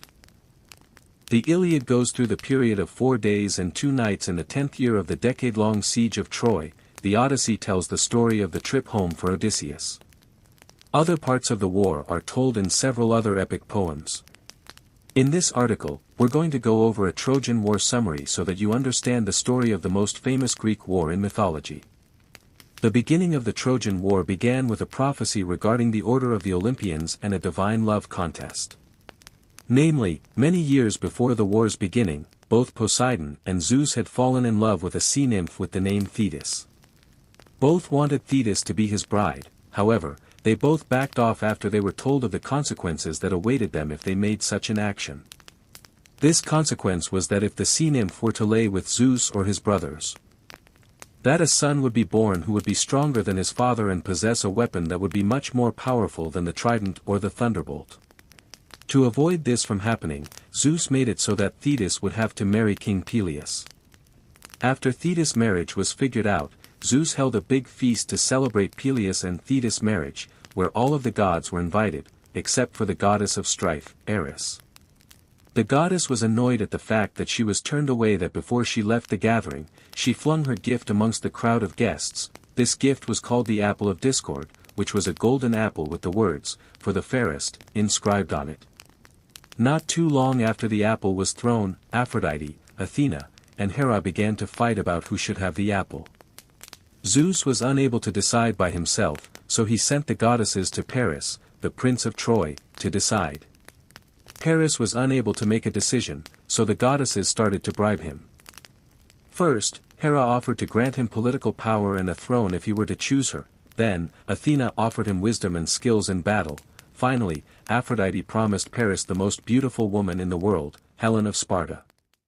Without batting an eyelash, Paris chooses Aphrodite. However, Helen was already married to Menelaus, the king of Sparta. So, Paris, under the disguise of a diplomatic mission, went to Sparta to abduct Helen from her home so he could bring her back to Troy with him. Before Helen could look up to see Paris, she was shot with an arrow by Cupid, or Eros, and fell in love with Paris the moment she saw him. There are other theories that Zeus started the Trojan War to kill off some of the population, especially of demigods. This is because Zeus had many relationships that resulted in the birth of many demigods, and he felt that the earth was overpopulated, and he wanted to depopulate it as much as possible. So, it's said that he started the war to do this. The Trojan War can be said to have started shortly after the abduction of Helen. This is because Helen's husband, Menelaus, got his brother, Agamemnon, to lead a voyage to find her and get her back. Agamemnon was able to get other Greek heroes, such as Odysseus, Ajax, Nestor, and Achilles, to join him on this adventure. The Trojan War, which was punctuated by battles and skirmishes, lasted for 10 years. It finally ended when the Greeks retreated from camp and left behind a large wooden horse outside the gates of Troy.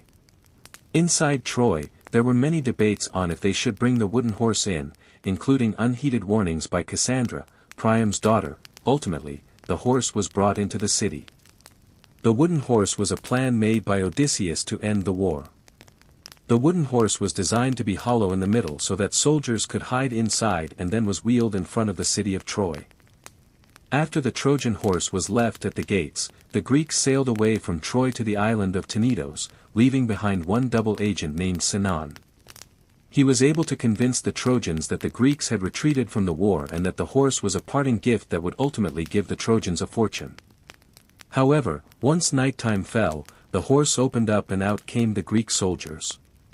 From the inside of the city, the Greeks were able to destroy the city of Troy and win the war. The surviving Greek heroes learned the hard way that gods never forget and hardly forgive, because even though they were victorious in the war, most of them were punished for their transgressions. In fact, only a handful of Greek soldiers made it back home, and that's with several adventures and exploits along the way. Even fewer were welcomed back to their homes because they were killed by their loved ones or they were exiled into oblivion. There were some cases where both incidents happened. The Trojan War was a huge and important war in Greek mythology. It was important because it's the earliest recorded myth that we have that was written down, and it set the stage for the Odyssey and the Iliad. ভাঙড়ের পরিবেশটা একটু খারাপ। হ্যাঁ, আজকে দেখলাম সকালে। আগামীকালও কিছু আশঙ্কা আছে, ওই জন্য কালকে কোনো রিস্ক না নিয়ে আমরা আর পঠন চালাবো না। কালকে তোমাদের অফ থাকবে। সবাইকে একটু জানিয়ে দিও, কালকেও রিস্ক নিয়ে ভাঙড়ে আসার দরকার নাই। সবাইকে একটু জানিয়ে দাও।